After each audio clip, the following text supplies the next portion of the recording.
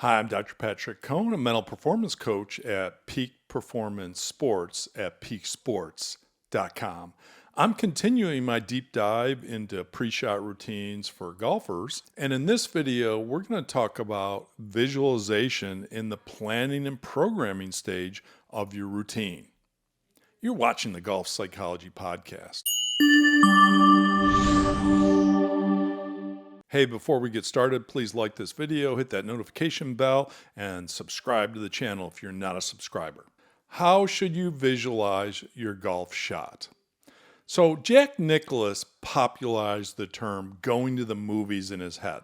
That's what he called it in his book, Golf My Way, where he would visualize exactly what he was going to do and go to this movie and see a movie in his head about the shot that he wanted.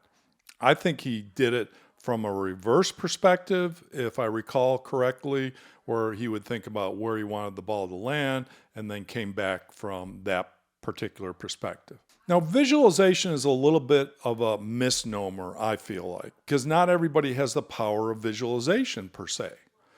Visualization implies you can see the ball flying to the target, or you can see a shot tracer in your mind. And that's not necessarily true for all golfers. I would say maybe 60% of golfers have that ability to see a visual image of the shot that they want to hit.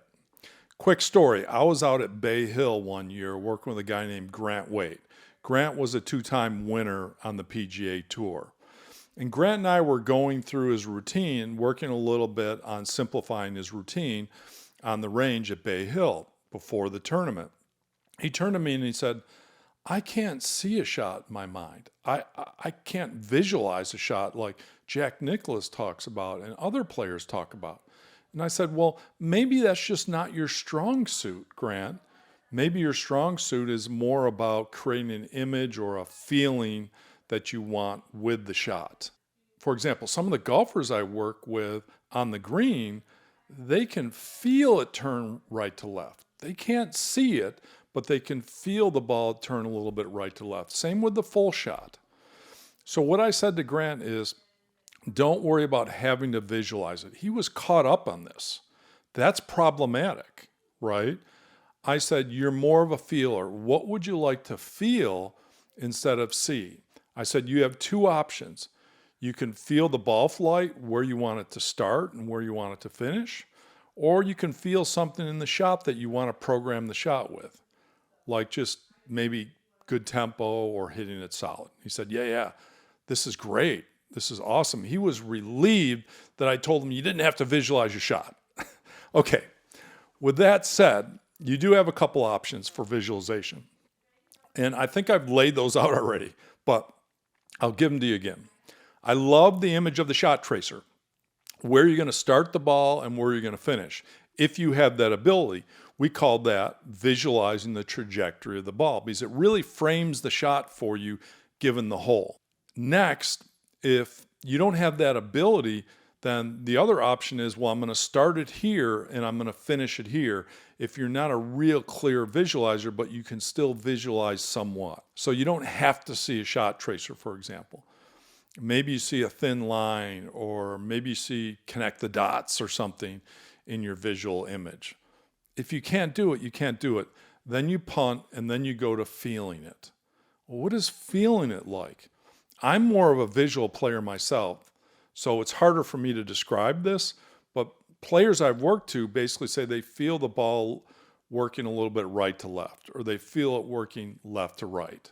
And they're not really referring to their golf swing, they're referring to the actual image of the shot up in the air. In addition, if you're more of a kinesthetic or a feel-oriented, then you can also focus on the feeling you want to create in your golf swing. That could be your image that you program yourself with. Maybe it's a feeling of just solid contact. Maybe it's the sound of a well-struck shot. I remember when I interviewed Chip Beck about his 59 that he shot in competition. He's in the 59 club, right? Now we got 58s, maybe 57s as well. He said, I could just hear the compression on the golf ball. I could feel it and I could hear that compression. Wow, powerful image.